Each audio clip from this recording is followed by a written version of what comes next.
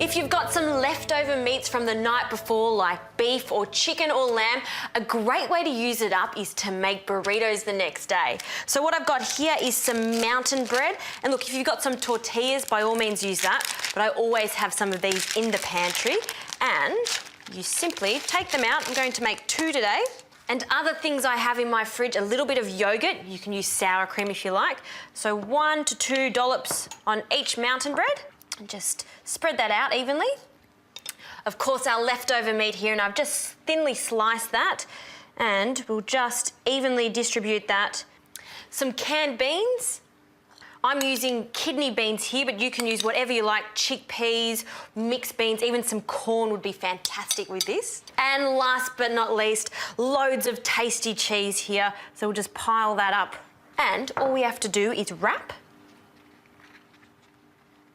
And a burrito's not a burrito without toasting it to melt that cheese.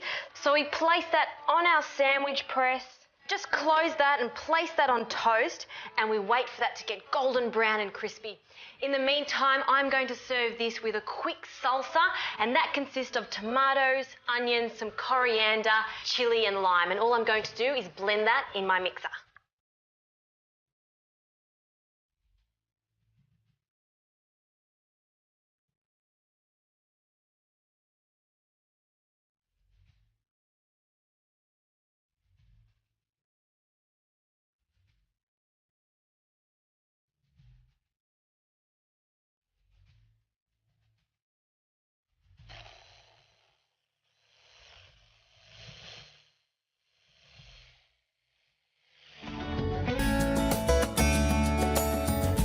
Okay, let's have a look at these burritos. Perfect. Just the sandwich presser, squash that down slightly so that cheese is melted perfectly inside. And I like to just present this nice, bright plate just on top like that.